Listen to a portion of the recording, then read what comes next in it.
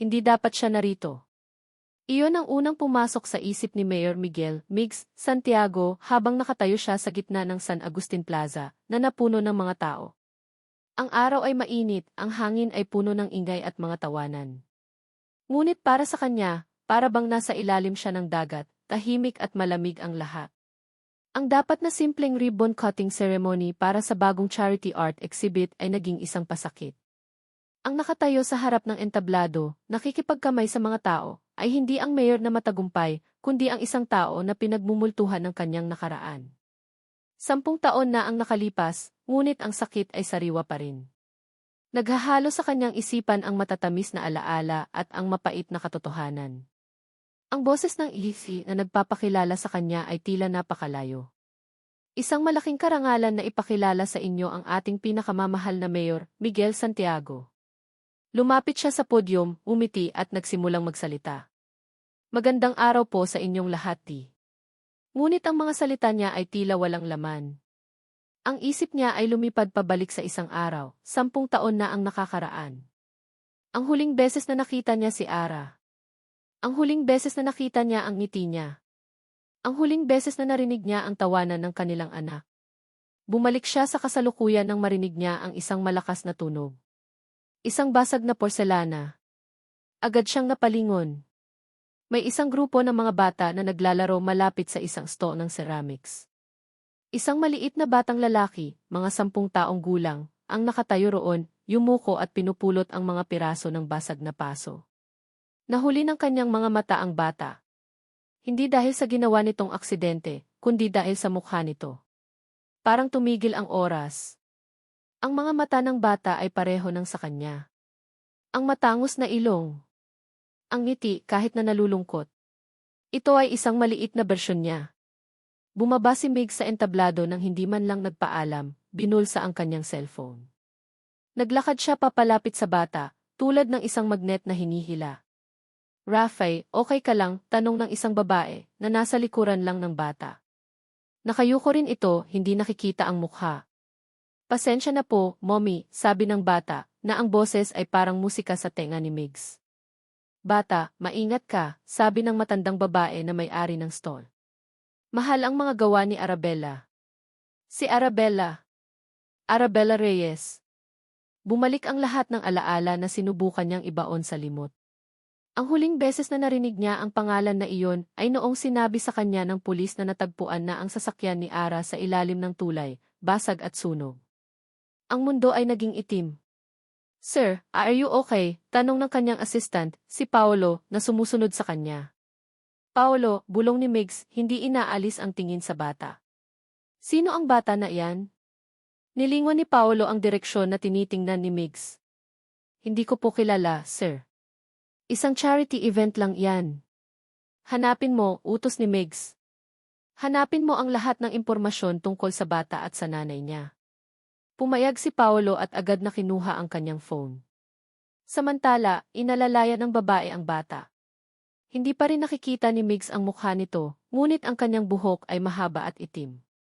Ang paraan ng paghawak nito sa bata ay pamilyar. Puno ng pagmamahal. Huminga ng malalim si Migs. Hindi maaari.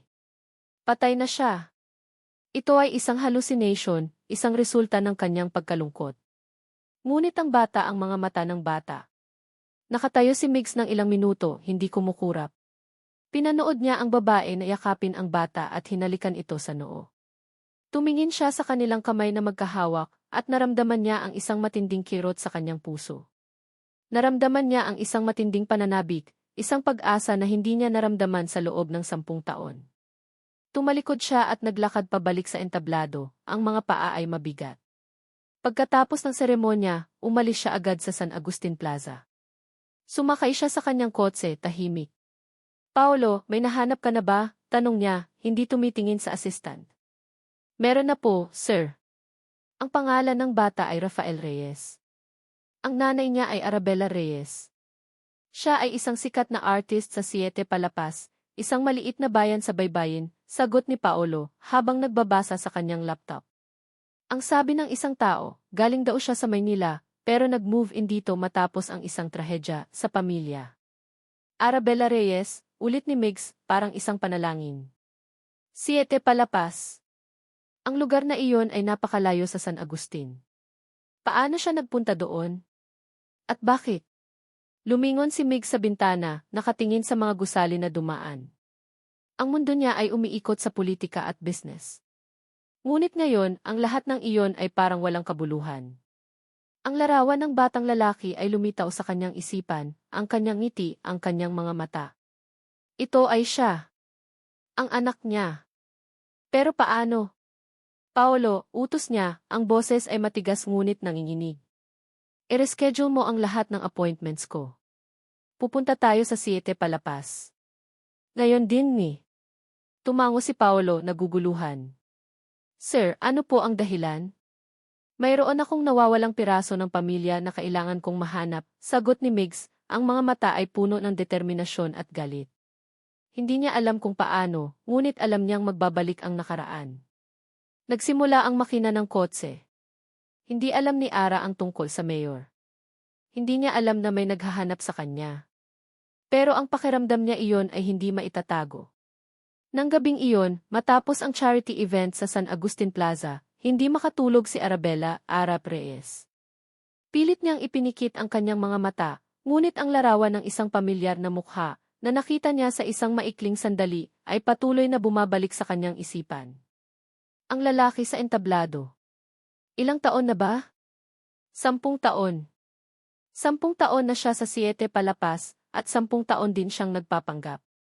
Siya si Ara Reyes, isang sikat na ceramic artist sa bayan, nanay ni Rafael, at ang patay na asawa ng isang sikat na politiko. Mahigpit siyang humawak sa kanyang kumot. Hindi ito totoo. Impossible. Baka nagkakamali lang siya. Siguro, dahil lang sa matagal na siyang nag-iisa at malungkot, kaya nakikita niya ang mukha ni Miguel sa ibang tao. Ngunit ang malalim na boses nito ang paraan ng pagtawag nito sa kanyang pangalan. Bigla siyang napabangon. Hindi. Dapat siyang maging malakas para kay Rafael. Para sa anak niya. Kahit anong mangyari, hindi niya hahayaang may makagulo sa tahimik at payapa nilang buhay sa Siete Palapas. Kinabukasan, mas maaga siyang pumasok sa kanyang workshop. Ang tunog ng umiikot na potter's wheel at ang malamig na pakiramdam ng clay sa kanyang kamay ay nakatulong sa kanya na huminahon. Dito, sa maliit niyang mundo, siya ang may kontrol. Walang kasinungalingan, walang pagtatago. Dito, siya ay si Ara, at hindi ang taong kailangan niyang kalimutan. Ang ganda ng gawa mo ngayon, Ara, sabi ni Minda, ang kanyang matalik na kaibigan at ang kanyang pinakamalapit na kasama sa bayan. Nagtitinda rin ito ng kanyang mga gawa sa tabi ng sto ni Ara. Parang may pinaghugutan ka, ah? Umiti ng pilit si Ara. Wala naman. Sadyang ganyan lang siguro kapag nakikita mo ang resulta ng iyong pinaghirapan. Ngunit alam ni Minda na may iba. Seryoso ka ba? Simula nang malaman mong nandito si Mayor Santiago, parang hindi ka na mapakali. Biglang huminto si Ara sa paggawa. Napatingin siya kay Minda. Pumunta ba siya dito? Hindi ko alam. Ang sabi-sabi lang, nandito raw siya para sa charity event pero alam mo naman ang mga tao rito. Napaka-chismosa, sagot ni Minda at tumawa. Pero bakit ka natatakot, Ara? Hindi mo naman siya kilala, di ba? Nagtatakang tumingin si Ara. Sino? Si Mayor Santiago, sino pa ba? Akala ko ba, hindi ka natatakot sa kanya? Ang sabi-sabi, mukha raw itong Ice King. Pero napakagwapo raw. Ano sa tingin mo? Tanong ni Minda, nakataas ang isang kilay.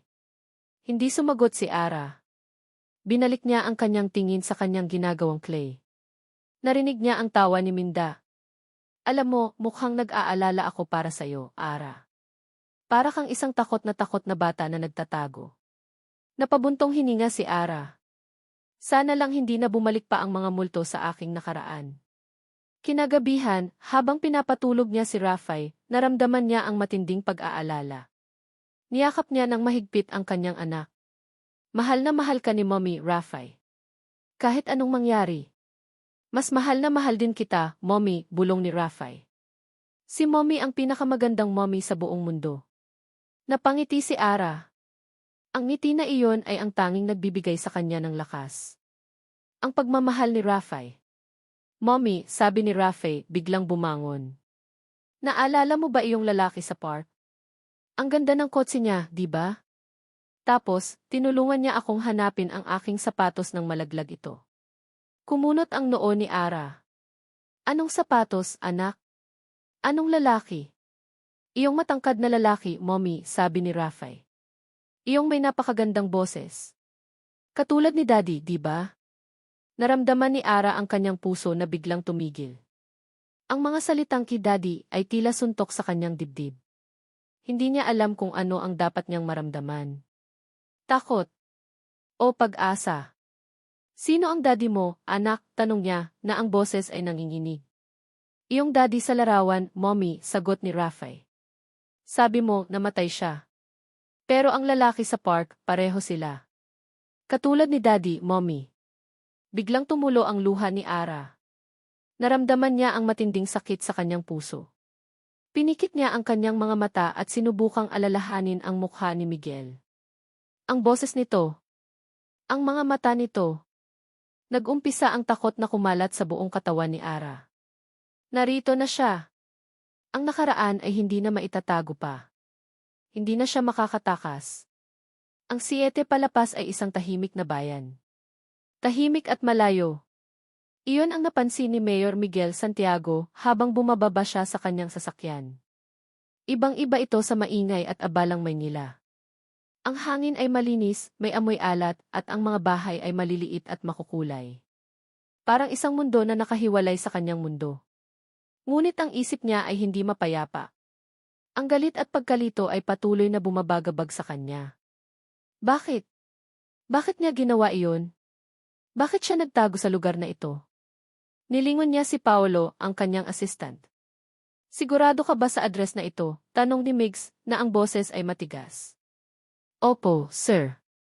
Sabi po ng mga taga roon, ito raw po ang workshop ni Arabella Reyes, sagot ni Paolo, na tila hindi maintindihan ang pagiging mainit ng ulo ng kanyang boss.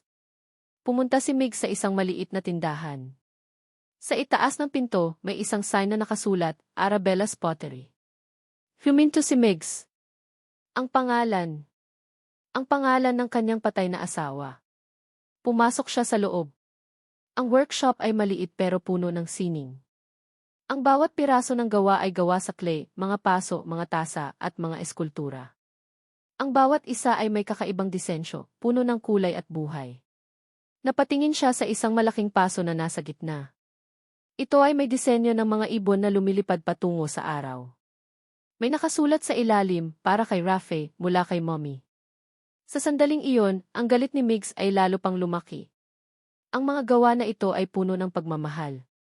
Pagmamahal na inakala niyang nawala na. Pagmamahal na inalis sa kanya. Paolo, utos niya, na ang boses ay nanginginig. Umalis ka. Naguguluhan si Paolo. Pero, Sir D. Umalis ka, ulit ni Migs, na ang mata ay puno ng apoy. Kailangan kong mag-isa. Lumabas si Paolo at si Migs ay nag-iisa sa workshop. Tumayo siya roon, nagmamasid. Ang kanyang puso ay parang binubugbog ng martilyo. May nakita siyang isang larawan sa gilid, isang larawan ng isang babae na nakangiti. Ang kanyang mahabang buhok ay parang alon, ang kanyang mga mata ay parang bituin. Si Ara. Biglang bumukas ang pinto. Mommy, nandito na ako, sigaw ng isang batang lalaki. Ang bata. Si Rafe. Kasama niya ang isang babae. Mahaba ang buhok nito at nakasuot siya ng isang simpleng damit. Nakatingin siya sa bata at nakangiti. Ang pagtawa ng babae ay tumunog sa tahimik na silid. Iyon ay ang parehong tawa na narinig niya sa kanyang mga panaginip sa loob ng 10 taon. Ang kanyang puso ay huminto sa pagtibok. Ang mundo niya ay naging itim. Ara. Ang pangalan ay lumabas sa kanyang bibig na parang isang panalangin. Nilingon siya ng babae at ang ngiti niya ay biglang nawala. Ang kanyang mukha ay naging puti, ang kanyang mga mata ay lumaki sa gulat. Hindi. Hindi iyon ang pangalan ko, bulong ni Arabella, na parang isang multo. Ara. Arabella, sabi ni Migs, ang kanyang boses ay malamig at malalim. Tumatakbo ka na naman. Hindi kita kilala, sabi ni Ara, at hinawakan ang kamay ng bata. Tara na, anak. Tumalikod siya, ngunit hinawakan ni Migs ang kanyang braso. Hindi, Anya, ang boses ay matigas. Hindi mo na akong matatakasan pa. Hindi na tayo makakatakas sa isa't isa. Anong ginagawa mo? Bitawan mo ako, sabi ni Ara, ang boses ay puno ng takot. Hindi ko alam ang sinasabi mo. Hindi mo ako kilala, tanong ni Migs, ang kanyang mga mata ay puno ng galit at sakit. Tingnan mo ako, Ara. Tingnan mo ang mukha ko. Tingnan mo ang mga mata ko. Pinilit ni Migs na tingnan siya ni Ara. Nakita niya ang mga mata nito, ang mga mata na iyon ay puno ng luha. Ikaw ang nanay ng anak ko, sabi ni Migs. Ikaw ang asawa ko.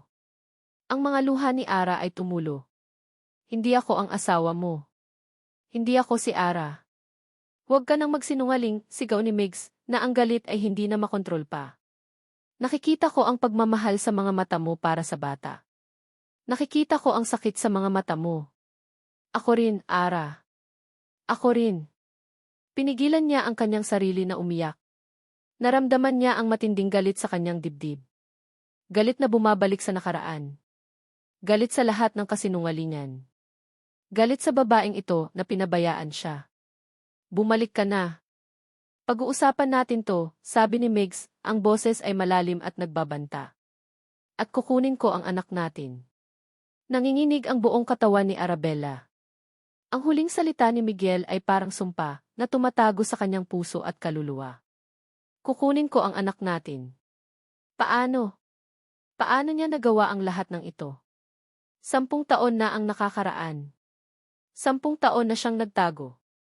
10 taon siyang nabuhay na parang multo, para lang mabuhay ng payapa kasama ang anak niya. At ngayon, sa loob ng ilang minuto, ang lahat ng iyon ay gumuho na. Hindi, Miguel, bulong niya sa sarili, habang tumatakbo siya pabalik sa bahay. Hindi mo siya makukuha. Ngunit sa kanyang puso, alam niya na walang laban. Si Miguel ay isang mayor. Siya ay isang makapangyarihang tao, at siya, si Arabella, ay walang-wala. Isang simpleng artist sa isang maliit na bayan. Paano niya lalabanan ang isang tulad ni Miguel? Nakita niya ang kanyang sarili na nagmamadaling nag-impact. Kinuha niya ang mga damit at gamit ni Rafay, at inilagay sa isang malaking bag. Ang kanyang mga kamay ay nanginginig, ngunit ang kanyang isipan ay malinaw. Kailangan niyang umalis. Ngayon. Bago pa mahuli ang lahat. Mommy, ano ang ginagawa mo? Tanong ni Rafay na nagising. Nilingon siya ni Ara. Ang kanyang mukha ay puno ng takot at pag-aalala, ngunit pilit siyang umiti. Mag-empek tayo, anak. Pupunta tayo sa isang mahabang bakasyon. Hindi ba gusto mo yan? Ang mga mata ni Rafay ay kumislap. Talaga, Mommy? Saan tayo pupunta? Sa isang lugar na napakaganda, sagot ni Ara, at niyakap niya ang kanyang anak. Isang lugar na walang taong masama at walang taong makakaabot sa atin. Ngunit ang kanyang mga salita ay parang suntok sa kanyang dibdib. Hindi niya alam kung saan sila pupunta. Ang tanging alam niya ay kailangan nilang lumayo. Kailangan nilang magtago muli. Matapos ang isang oras, handa na sila. Kinuha ni Ara ang kanyang susi at ang kanyang wallet. Kinuha niya ang kamay ni Rafay at naglakad sila patungo sa pintuan. Bumilis ang kanyang tibok ng puso. Nararamdaman niya ang matinding kaba at takot. Ang bawat hakbang ay parang isang malaking desisyon. Okay na ba tayo, Mommy? Tanong ni Rafay. Anak, sagot ni Ara. Huwag kang mag-alala. Magiging maayos ang lahat. Binuksan niya ang pinto.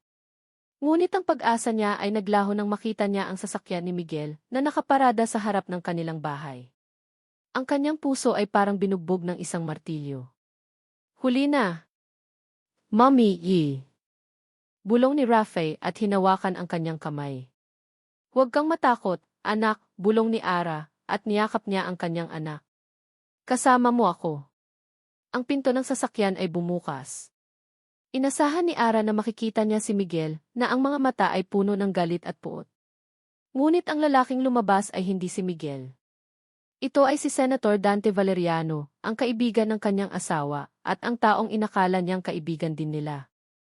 Ang lalaking laging humingiti at laging nagbibigay ng payo. Ngunit ngayon, ang ngiti nito ay hindi umaabot sa kanyang mga mata. Ito ay isang malamig at misteryosong ngiti. Lumingon si Ara kay Rafael at pagkatapos ay tumingin sa lalaki na nakatayo sa harap niya. Naramdaman niya ang isang lamig na dumaan sa kanyang katawan. Ara, sabi ni Dante, ang kanyang boses ay malumanay ngunit mailaman. Nagmamadali ka yata. Ang galit na naramdaman ni Miguel ay hindi niya kayang pigilan. Umalis siya sa workshop ni Ara, nag-iisa, at naglakad pabalik sa kanyang sasakyan. Doon, sa loob ng kotse, siya ay nag-iisa, binubugbog ng kanyang sariling mga tanong. Bakit? Bakit siya nagtago? At bakit kasama niya ang anak nila? 10 taon na siyang nagdadalamhati, at sa loob ng 10 taon na iyon, ang kanyang pamilya ay nabubuhay, nagtatago sa kanya. Sir, okay lang po ba kayo? Tanong ni Paolo, ang kanyang assistant, na nagmamaneho sa sasakyan. Hindi sumagot si Miguel. Nakatingin lang siya sa labas ng bintana, sa mga bahay na dumadaan, sa mga tao na naglalakad. Ang kanyang mundo ay gumuho na. Ang lahat ng kanyang paniniwala sa nakaraang 10 taon ay naging kasinungalingan. Biglang tumunog ang kanyang cellphone. Si Paolo ang tumingin. Si Senator Dante po, sir. Kinuha ni Miguel ang telepono at nag-aalangan na sinagot ang tawag. Hello, Senator. Miguel, narinig ko ang nangyari, sabi ni Dante, ang kanyang boses ay malumanay at puno ng pag-aalala. Mayroon bang problema? Wala, sagot ni Miguel, ngunit alam niyang nagsisinungaling siya. Hindi ka nagsasabi ng totoo, sabi ni Dante. Alam ko na naroon ka sa Siete Palapas. At alam ko na may nahanap ka roon. Huminto si Miguel. Paano niyo nalaman? May mga kaibigan ako sa lahat ng lugar, sagot ni Dante. Miguel, alam kong naguguluhan ka. Ngunit huwag mong hayaang magpadala ka sa emosyon. Ang mahalaga, naroon ka na. Hindi ko alam ang gagawin ko, sabi ni Miguel. Hindi ko maintindihan ang lahat ng ito. Huwag kang mag-alala, sabi ni Dante. Gagabayan kita. Alam mo na ako ay parang isang ama sa iyo. Alam mo na mahal ko ang pamilya mo. Huminga ng malalim si Miguel. Nararamdaman niya ang isang matinding kalungkutan at pagkalito. Dante, bakit? Bakit niya ako iniwan? Bakit niya itinago ang anak ko? May mga bagay na hindi mo dapat intindihin, sabi ni Dante. Ang importante, naroon ka na. Ang importante, na ibalik ka na sa pamilya mo. Naramdaman ni Miguel ang isang matinding pag-asa. Dapat ba akong magalit? Hindi, sabi ni Dante.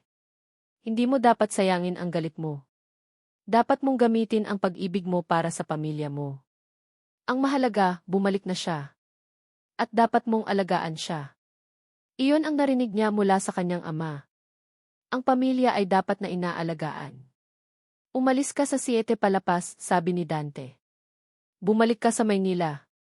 At dalhin mo ang pamilya mo. Pero, walang pero, sabi ni Dante.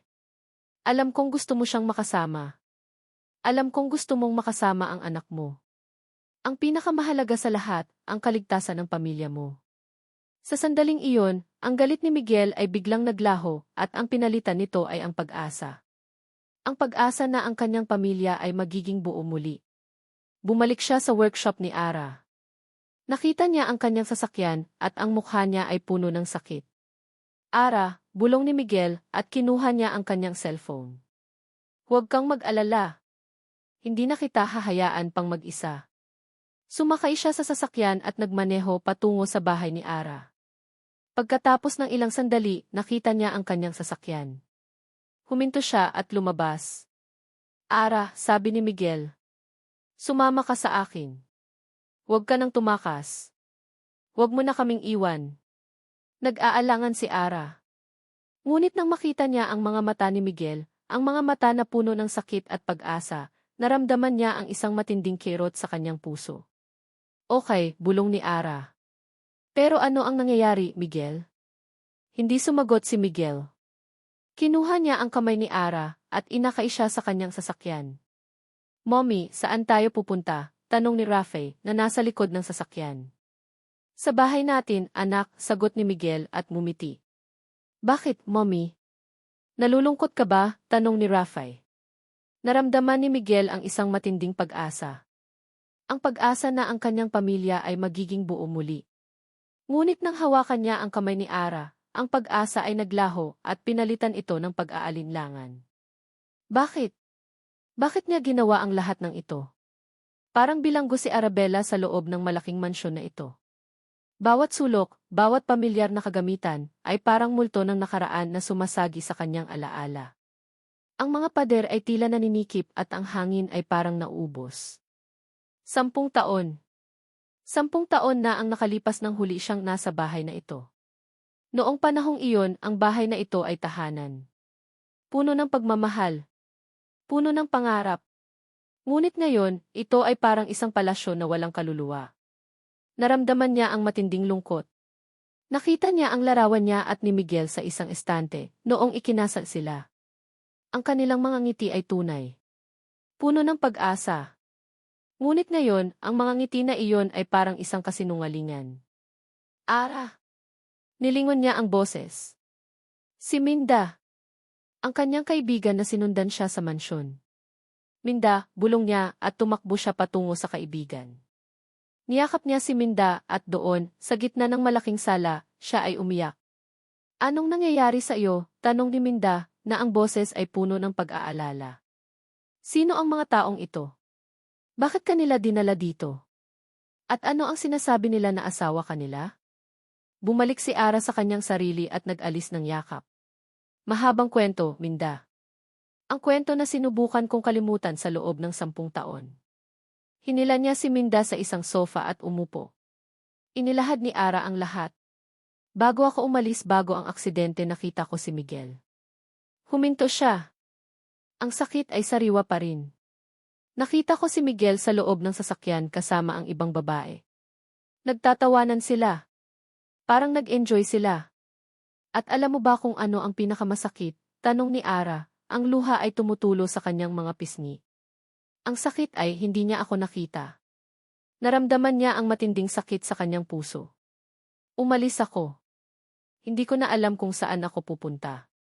Ang tanging nasa isip ko ay kailangan kong lumayo. Ang tanging nasa isip ko ay kailangan kong kalimutan ang sakit. Nilingon ni Ara si Minda. Pumunta ako sa Siete Palapas at nag-umpisa ako ng bagong buhay. Nag-umpisa ako ng bagong pag-asa. Ngunit ang sakit ay patuloy pa rin. Ara, bakit hindi mo sinabi sa akin? Tanong ni Minda. Hindi ko alam, sagot ni Ara. Hindi ko alam kung paano ko sasabihin sa iyo. At hindi ko alam kung sino ang dapat kong paniwalaan. Anong ibig mong sabihin? Tanong ni Minda. Ang aksidente, bulong ni Ara. Hindi iyon aksidente. Nagulat si Minda. Anong sinasabi mo? Hindi iyon aksidente, ulit ni Ara. May gustong pumatay sa akin. Bumilis ang kanyang tibok ng puso. Hindi iyon aksidente. May gustong pumatay sa akin. Sa labas ng pinto, sa likod ng haligi, nakatayo si Miguel. Galing siya sa kanyang opisina at dumaan sa sala para kunin ang isang baso ng tubig. Ngunit ang narinig niya ay hindi inaasahan. Ang huling salita ni Ara ay parang suntok sa kanyang dibdib. Ang kanyang mundo ay biglang tumigil.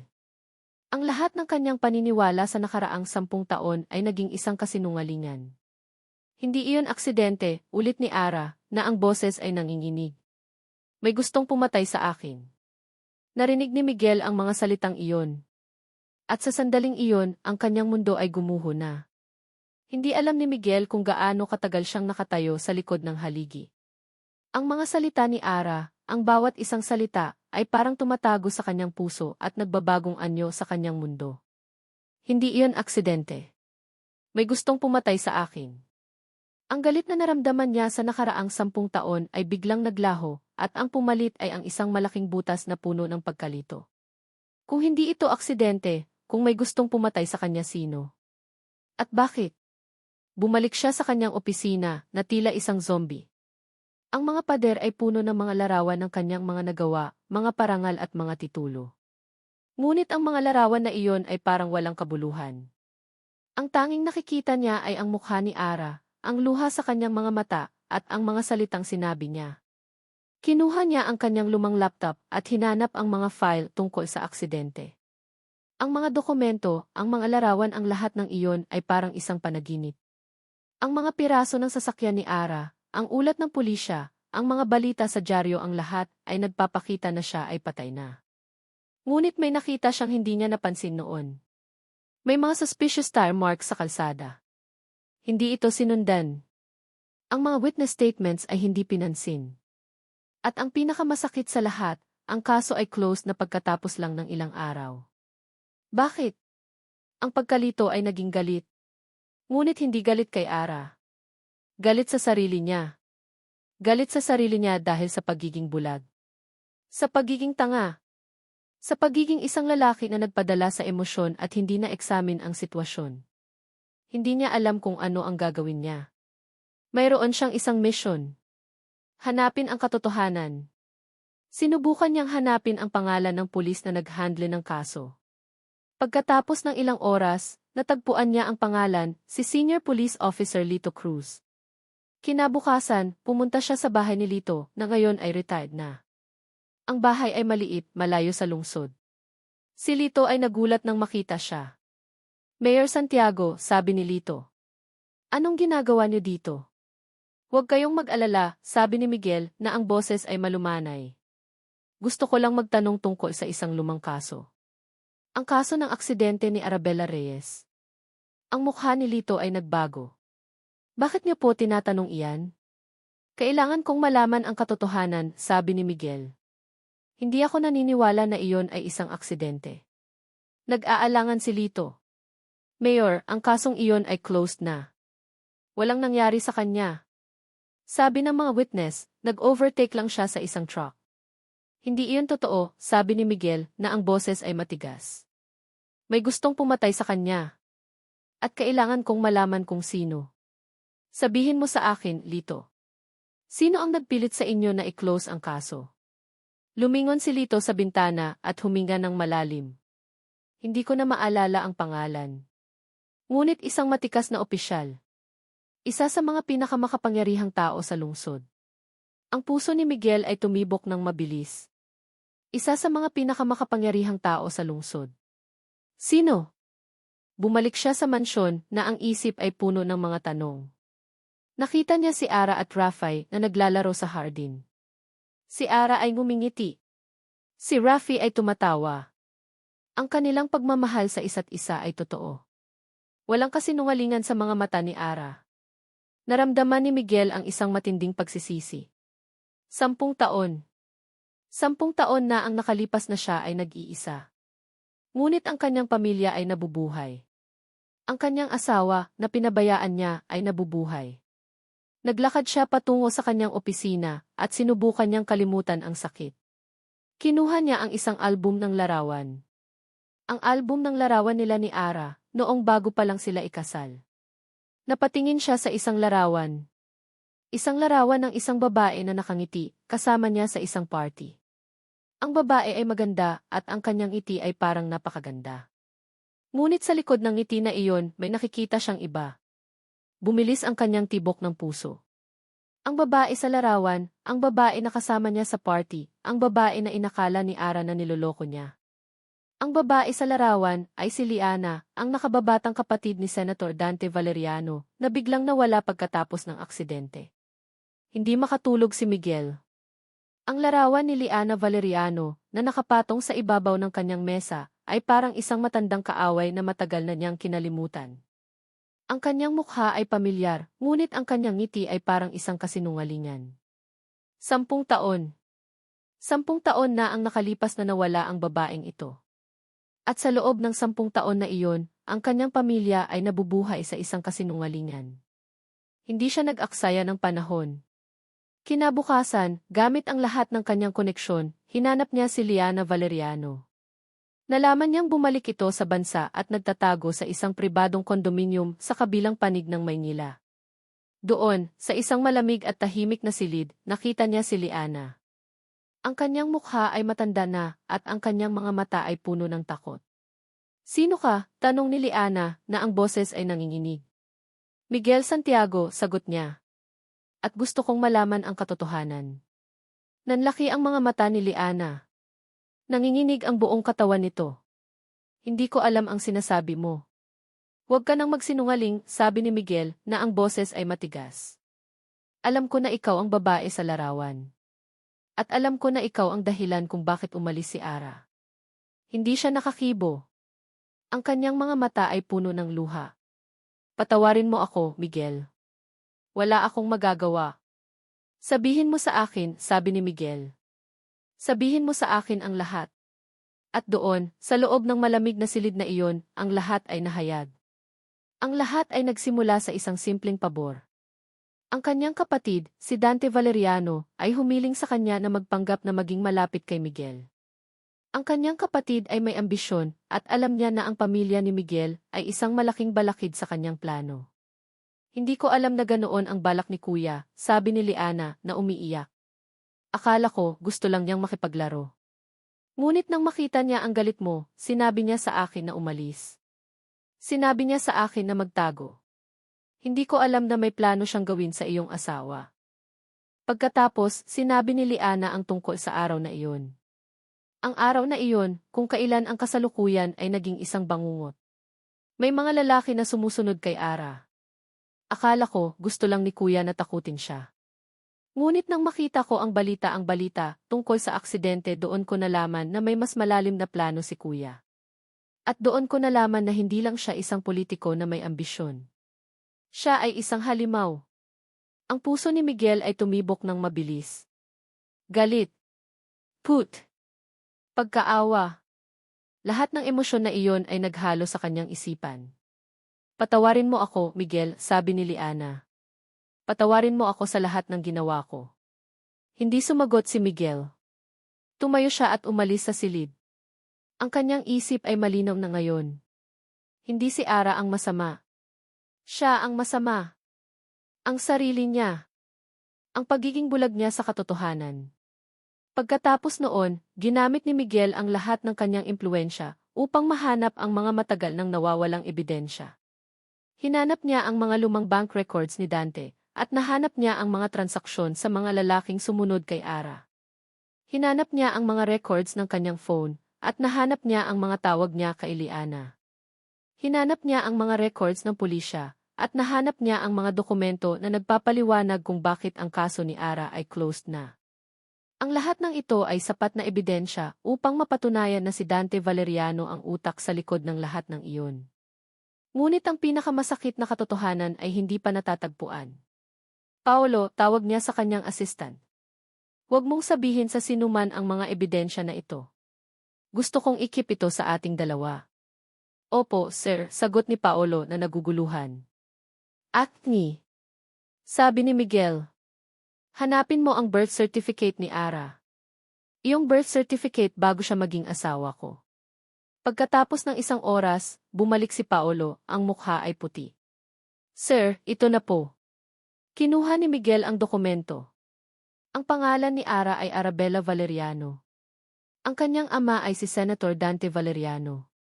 Ang kanyang ina si Victoria Reyes. Ang mundo ni Miguel ay tumigil. Naramdaman niya ang matinding sakit sa kanyang dibdib. Hindi lang siya kaibigan ni Ara. Hindi lang siya mentor ni Miguel. Siya ay ang ama ni Ara. Siya ay ang lolo ni Rafay. Bumalik si Miguel sa mansyon. Ang kanyang mga paa ay mabigat, ang kanyang isip ay puno ng sakit. Nakita niya si Ara at Rafay na naglalaro sa hardin. Ang kanilang mga ngiti ay tunay. Ang kanilang tawanan ay tunay. At ang lahat ng iyon ay isang kasinungalingan. Ang lahat ng iyon ay isang plano ni Dante. Naramdaman niya ang matinding sakit sa kanyang dibdib. Si Ara, ang babaeng minahal niya, ang babaeng pinabayaan niya, ay anak ng kanyang mortal na kaaway. Naglakad siya patungo sa kanila. Ang kanyang puso ay tumibok ng mabilis. Ara, sabi niya, ang boses ay nanginginig. Nilingon siya ni Ara. Miguel T. Ara, sabi ni Miguel na ang mga luha ay tumutulo. Mayroon akong kailangan sabihin sa iyo. Isang bagay na hindi mo dapat malaman at isang bagay na hindi ko rin dapat malaman. Tumayo si Ara, ang kanyang mga mata ay puno ng pag-aalala. Ano iyon, Miguel? Bakit hindi mo sinabi sa akin? Tanong ni Miguel, ang kanyang boses ay puno ng sakit. Si Dante ang iyong ama. Ang lolo ni Rafay. Siya ang utak sa likod ng lahat ng ito. Siya ang dahilan kung bakit ka nawala. Siya ang nagtangkang pumatay sa iyo.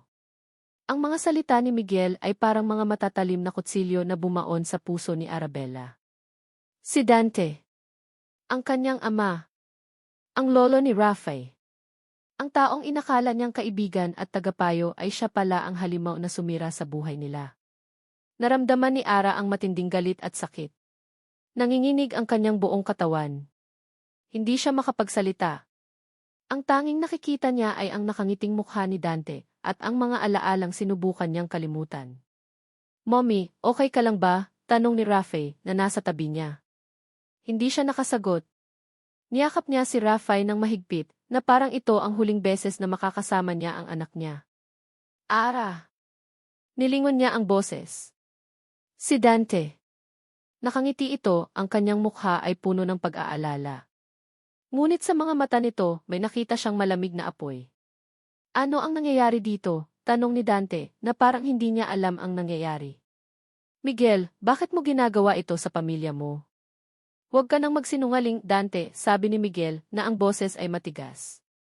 "Alam ko na ang lahat. Alam ko na ikaw ang dahilan kung bakit kami nagkahiwalay." Hindi sumagot si Dante. Lumingon lang siya kay Ara, ang kanyang ngiti ay naging isang malamig na maskara. "Anak, huwag mong paniwalaan ang mga sinasabi niya. Siya ay naguguluhan. Sa tingin mo ba, mapapatawad ka niya? Pagkatapos mong itago ang anak niya?" Hindi. Hindi ka niya mapapatawad. Sa sandaling iyon, ang takot ni Ara ay biglang naglaho at ang pumalit ay ang matinding galit. Galit sa lalaking ito na sinira ang kanyang buhay. "Hindi," sabi ni Ara na ang boses ay nanginginig. "Hindi mo na ako maluloko pa, Dante. Alam ko na ang katotohanan." Nawala ang ngiti ni Dante. "Anong sinasabi mo?" "Hindi ko alam kung bakit mo ginawa ito," sabi ni Ara, "ngunit alam ko na ikaw ang dahilan kung bakit ako umalis. Alam ko na ikaw ang dahilan kung bakit ako natakot. Ikaw ang halimaw sa likod ng lahat." Nagulat si Dante. Ang kanyang mukha ay naging puti. "Huwag kang magsalita ng ganyan. Sa tingin mo, maniniwala siya sa iyo. Ikaw ang tumakas. Ikaw ang nagtago. Sino ang maniniwala sa iyo?" "Ako," sabi ni Miguel. "Maniniwala ako sa kanya." Sa sandaling iyon, ang lahat ay tumigil. Naramdaman ni Ara ang isang matinding pag-asa. Si Miguel. Ang lalaking minahal niya. Ang lalaking pinabayaan niya. Siya ay naniniwala sa kanya. "Halika na, anak," sabi ni Dante at hinawakan ang kamay ni Rafael. "Hindi ka ligtas dito." Ngunit hinila ni Ara ang kamay ni Rafael. "Hindi. Hindi ka makakaalis kasama ang anak ko." Tumayo si Ara, ang kanyang mga mata ay puno ng determinasyon. "Hindi na ako tatakas, Dante. Hindi na ako magtatago. Tama na. Tama na ang takot. Tama na ang sakit." Naramdaman niya ang matinding lakas. Ang lakas na iyon ay galing sa pag-ibig niya sa kanyang anak at sa pagmamahal niya sa kanyang asawa. "Hindi ka na aalis pa, Dante," sabi ni Miguel. "Hindi mo na sila kukunin pa." Ang dalawang lalaki ay tumayo na ang kanilang mga mata ay puno ng apoy. Si Ara ay tumayo sa gitna nila, ang kanyang puso ay tumibok ng mabilis. "Ara," sabi ni Miguel at hinawakan ang kamay niya. "Hindi na tayo mag-isa. Magkasama tayo." Nilingon ni Ara si Miguel. Ang kanyang mukha ay puno ng sakit, ngunit ang kanyang mga mata ay puno ng pag-asa. Bulong ni Ara. "Ngayon, mayroon tayong kaaway. Hindi na tayo makakatakas. Labanan natin siya." Ang stage ay malamig. Ang mga kamera ay kumikislap. At ang mga mata ng lahat ay nakatuon kay Miguel. Ngunit ang nakikita niya ay hindi ang mga tao. Ang nakikita niya ay ang kanyang asawa, ang kanyang anak, at ang matinding sakit na kanilang dinanas. Ang galit na naramdaman niya sa nakaraang mga araw ay naging determinasyon. Ang sakit ay naging lakas. At ang pag-asa na naramdaman niya ay nagbigay sa kanya ng dahilan. Nakatayo si Miguel sa podium. Nagsimula siyang magsalita.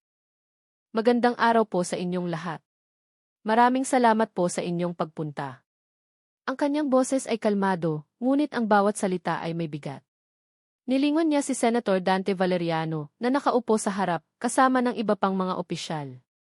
Ang senator ay ngumingiti, ang kanyang mukha ay puno ng pagiging kaibigan. Ngunit sa mga mata ni Miguel, wala siyang nakikitang kaibigan. Ang nakikita niya ay isang halimaw. Ang dahilan po ng pagpupulong na ito ay hindi para magbigay ng balita, sabi ni Miguel, kundi para magbunyag ng isang kasinungalingan. Ang mga tao ay nagsimulang magbulungan. Ang mga kamera ay nagsimulang gumalaw. Sa loob ng 10 taon, nabuhay ako sa isang kasinungalingan. Nabuhay ako sa isang mundo na puno ng sakit, puot at pagkalito. Ngunit ngayon, ang lahat ng iyon ay matatapos na. Tumayo si Dante. Miguel, anong sinasabi mo? Nilingon siya ni Miguel, ang kanyang mga mata ay puno ng apoy. Huwag kang mag-alala, Senator. Ang lahat ay magiging malinaw. Nag-click si Miguel sa isang laptop. Ang isang malaking screen sa likuran niya ay nagpakita ng mga dokumento, mga bank records, at mga larawan. Ang mga dokumento ay nagpapakita ng mga transaksyon sa mga lalaking sumunod kay Ara. Ang mga bank records ay nagpapakita ng mga transaksyon sa mga account na pag-aari ni Dante. At ang mga larawan ay nagpapakita ni Liana, ang kapatid ni Dante, na umamin sa lahat. Ang lahat ay nahayag. Ang bulungan sa silid ay naging ingay. Ang mga tao ay nagsimulang magtanong, ang mga kamera ay nagsimulang gumalaw. Hindi totoo yan, sigaw ni Dante. Ito ay isang kasinungalingan. Ginagawa mo ito dahil ayaw mo akong maging presidente. Sinisiraan mo ako. Hindi, sabi ni Miguel na ang boses ay matigas. Ang kasinungalingan ay ang buhay mo. Ang kasinungalingan ay ang ngiti mo. Ang kasinungalingan ay ang pagpapanggap mo na ikaw ay isang kaibigan. Ang totoo, ikaw ang halimaw sa likod ng lahat. Ang mukha ni Dante ay naging puti. Ang kanyang mga mata ay puno ng puot. Hindi ko ito hahayaan, sigaw ni Dante. Tumalon siya mula sa kanyang upuan at tumakbo patungo kay Miguel. Hinarangan siya ng mga security, ngunit si Dante ay isang matigas na tao. Sinuntok niya ang isang security guard at tumakbo patungo kay Miguel. Nawala ang poise ni Miguel. Hinanda niya ang sarili. Alam niya na ito ay isang labanan. Isang labanan para sa katotohanan. Sinuntok siya ni Dante sa mukha. Ang dugo ay tumulo sa kanyang bibig. Ngunit hindi siya sumuko. Niyakap niya si Dante at sila ay nagbuno. Ang mga tao ay nagsimulang sumigaw, ang mga kamera ay patuloy na kumukuha ng mga larawan. Tatapusin na natin ito, Miguel, bulong ni Dante. Tatapusin na natin ang lahat. Biglang bumitaw si Dante. Kinuha niya ang isang baril mula sa kanyang bulsa at itinutok kay Miguel. Ang mundo ay tumigil. Kung hindi ako magkakaroon ng kapangyarihan, sabi ni Dante, ang kanyang mga mata ay puno ng galit, hindi ka rin magkakaroon ng pamilya. Ang tunog ng baril. Ang paningin ni Arabella ay nanlabo at ang kanyang pandinig ay namatay. Hindi niya alam kung ano ang nangyayari. Ang tanging nakikita niya ay ang mukha ni Dante, ang kanyang mga mata ay puno ng puot. Hindi niya alam kung saan siya kumuha ng lakas, ngunit sa isang iglap, tumakbo siya patungo kay Miguel. Hinaharangan niya si Miguel at sa sandaling iyon, ang kanyang mundo ay tumigil. Ang tunog ng baril. Ang kanyang katawan ay nanginginig. Ang sakit ay dumaloy sa kanyang braso at sa kanyang dibdib. Naramdaman niya ang matinding init na dumaloy sa kanyang katawan. Ara, sigaw ni Miguel na ang boses ay puno ng sakit.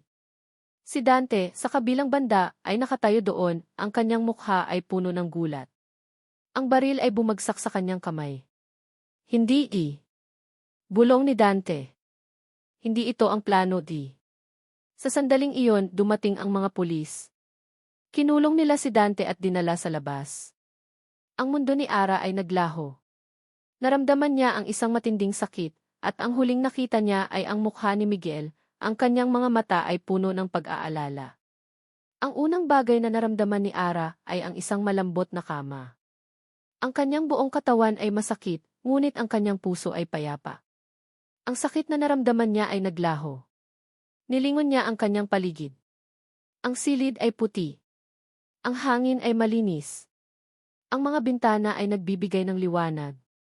Naramdaman niya ang isang kamay na humawak sa kanyang kamay. Si Miguel. Ara, Bulong ni Miguel, ang kanyang mga mata ay puno ng luha. Nilingon siya ni Ara. Miguel T. Okay ka lang ba? Tanong niya, na ang boses ay nanginginig. Ngumiti si Ara. Okay lang ako. Ikaw? Okay ka ba? Sagot niya. Salamat sa iyo. Hindi sila nagsalita ng ilang sandali. Ang tanging naririnig ay ang kanilang hininga. Patawarin mo ako, Miguel, sabi ni Ara, ang luha ay tumutulo sa kanyang mga pisngi. Patawarin mo ako sa lahat ng ginawa ko. Hindi, sabi ni Miguel at hinawakan ang kanyang kamay. Ako ang dapat magpatawad. Patawarin mo ako sa pagiging bulag ko. Patawarin mo ako sa hindi paghahanap sa iyo. Patawarin mo ako sa hindi pagtitiwala sa iyo. Hindi, sabi ni Ara. Patawarin mo ako sa pagiging duwag ko. Patawarin mo ako sa pagiging tanga ko. Patawarin mo ako sa pag-alis sa iyo. Niyakap ni Miguel si Ara. Ang kanyang mga luha ay bumagsak sa balikat ni Ara. Hindi ko alam kung ano ang dapat kong sabihin, bulong ni Miguel. Hindi ko alam kung paano ako magsisimula. Naramdaman ni Ara ang isang matinding kalungkutan. Hindi mo na kailangan magsimula, sabi ni Ara. Ang mahalaga, narito ka na. Ara, di. Biglang bumukas ang pinto. Isang nurse ang pumasok. Pasensya na po. Mayroon po kayong bisita. Ang anak niyo po. Ang puso ni Ara ay tumibok ng mabilis. Nilingon niya si Miguel at ang kanyang mga mata ay puno ng pag-asa. Patawarin mo ako, sabi ni Miguel. Patawarin mo ako sa lahat ng kasinungalingan. Patawarin mo ako sa lahat ng sakit. Nilingon siya ni Ara. Ang kanyang puso ay puno ng pag-ibig. Miguel T. Bulong niya. Patawarin kita. Naghilom na ang mga sugat sa braso ni Ara, ngunit ang mga sugat sa kanyang puso at kaluluwa ay unti-unti pa ring naghihilom. Ang buhay sa mansyon ay bumalik, ngunit ngayon, ang bahay ay puno ng pag-ibig at pag-asa. Hindi na ito isang palasyo na walang kaluluwa, kundi isang tahanan. Si Miguel ay umalis na sa politika. Ibinigay niya ang kanyang posisyon sa isang matapat na kaibigan. Ang kanyang buhay ay nagbago na. Ngayon, siya ay isang ama at isang asawa. Sa isang masarap na umaga, nasa hardin sila. Si Ara ay nagtuturo kay Rafael na maghurno ng cookies, at si Miguel ay nagmamasid sa kanila, ang kanyang mukha ay puno ng ngiti. Ang pagtawa ni Rafi ay parang musika sa tenga ni Miguel. Ang ngiti ni Ara ay parang araw na nagbibigay ng liwanag sa kanyang buhay. Mommy, sabi ni Rafael. Ang galing ni Daddy magluto ng cookies. Gusto ko, Daddy. Ha? Ano ang gagawin mo? Tanong ni Miguel at niyakap niya ang kanyang anak. Gusto ko rin magluto ng cookies, sagot ni Rafael. Okay, sabi ni Miguel. Pero sa susunod na lang. Ngayon, maglaro muna tayo. Nagsimula silang maglaro sa hardin. Ang kanilang tawanan ay tumunog sa mansyon. Pagkatapos ng ilang oras, ang tatlong magkakasama ay bumalik sa loob. Kumain sila at pagkatapos ay umupo sa sofa. Si Miguel ay nagbabasa ng isang libro, si Ara ay nagpapahinga at si Rafi ay nanonood ng Z. Ara, bulong ni Miguel at hinawakan ang kanyang kamay. Salamat. Salamat sa ano? Tanong ni Ara. Salamat sa lahat, sagot niya. Salamat sa pagbibigay sa akin ng pagkakataon. Salamat sa hindi pag-iwan sa akin.